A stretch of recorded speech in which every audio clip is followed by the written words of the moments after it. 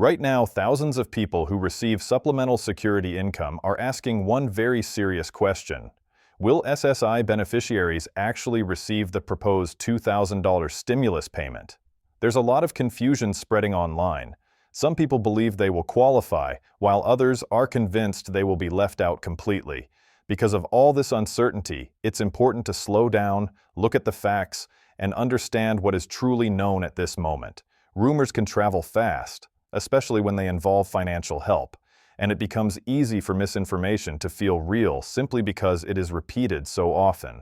That's why taking a calm, careful look at the situation matters more than reacting to headlines or social media comments. Even though this conversation is focused on SSI recipients, the reality is that the topic connects to the entire Social Security system. Tens of millions of Americans rely on Social Security benefits in different forms, including retirement, disability, and supplemental security income. Any nationwide payment decision would likely affect a very large group of people, not just one category. Understanding this bigger picture helps explain why decisions like these often take time. Policies that impact so many households must go through detailed review, budgeting discussions, and legal approval before anything becomes official. Still, SSI recipients continue to share the same three concerns again and again. Many say they don't have income, others say they are not working, and many believe that because they don't file tax returns, they would automatically be disqualified. These worries are completely understandable. When you depend on fixed monthly benefits, uncertainty about additional support can feel stressful. But to truly understand the situation, it helps to walk through each concern step by step and separate assumptions from how eligibility has worked in the past. First, the idea of not having income. If someone receives a monthly payment from Social Security or SSI, that payment is considered income in a general sense. It may not be earned through employment, but it is still a regular financial benefit that government agencies already track and document. Because of this, saying an SSI recipient has no income at all isn't accurate when eligibility rules are based on total financial support received. In many federal programs, what matters most is the amount of income, not the source of it. This distinction is important because it shows that benefit recipients are still part of the financial system used to determine eligibility. Second, the question of employment. Many people assume stimulus-style payments are only for those who are currently working. However, previous nationwide relief programs did not require active employment. Eligibility was typically based on income limits rather than job status. In other words, whether someone was working or not usually mattered far less than how much total income they had during the qualifying period. This approach recognized that retirees, people with disabilities, and others outside the workforce still faced rising living costs and economic hardship.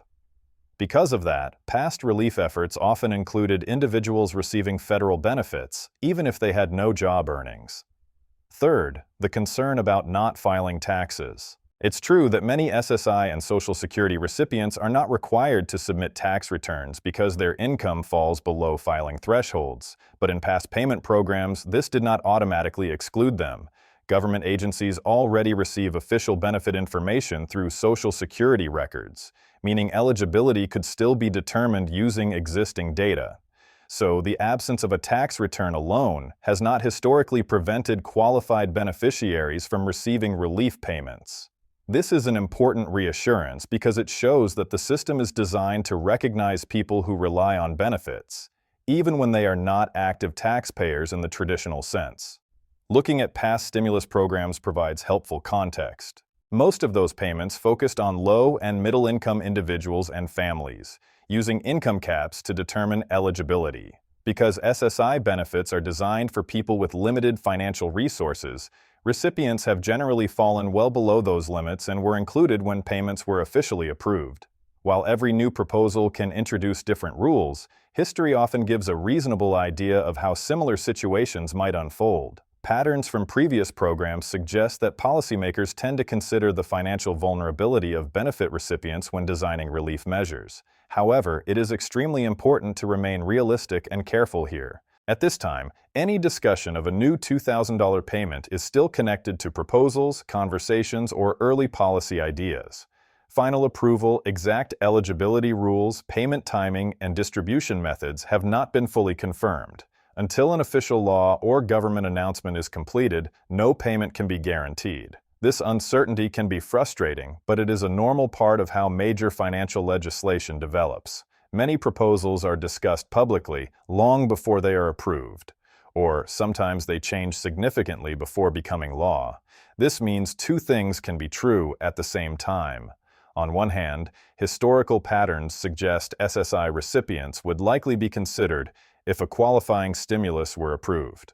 On the other hand, nothing is certain until the final policy details are officially released. Holding both of these truths together helps maintain balance, remaining hopeful without assuming outcomes that have not yet been confirmed. This balanced mindset can reduce stress and prevent disappointment caused by unrealistic expectations. The most important takeaway is simple and reassuring.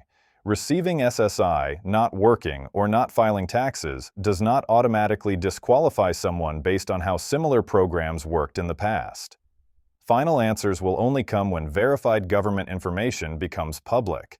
Until then, the best approach is patience combined with careful attention to trustworthy updates rather than speculation. Because situations like this can change quickly, staying informed through accurate and timely updates is essential. Reliable information helps people avoid unnecessary fear, confusion, or false expectations. It also ensures that if any action is required, such as confirming personal details or watching for official notices, people are prepared instead of caught off guard. As new confirmed details appear, whether about eligibility, payment amounts, or timelines, it will be important to review those updates carefully so everyone understands exactly what they may qualify for and what steps, if any, they need to take. Clear communication becomes especially important for communities that rely on fixed incomes, where even small financial changes can make a meaningful difference in daily life. If this explanation helped bring some clarity and peace of mind, consider sharing it with someone else who might be feeling uncertain right now. Accurate information can make a big difference, especially for those who depend on fixed monthly benefits. Staying calm, informed, and patient is often the best way to navigate moments of financial uncertainty, and as more verified news becomes available, clearer answers will follow. Thank you for taking the time to watch and stay informed. Take care of yourself, stay hopeful, and I'll see you again very soon in the next update with any new confirmed information that becomes available.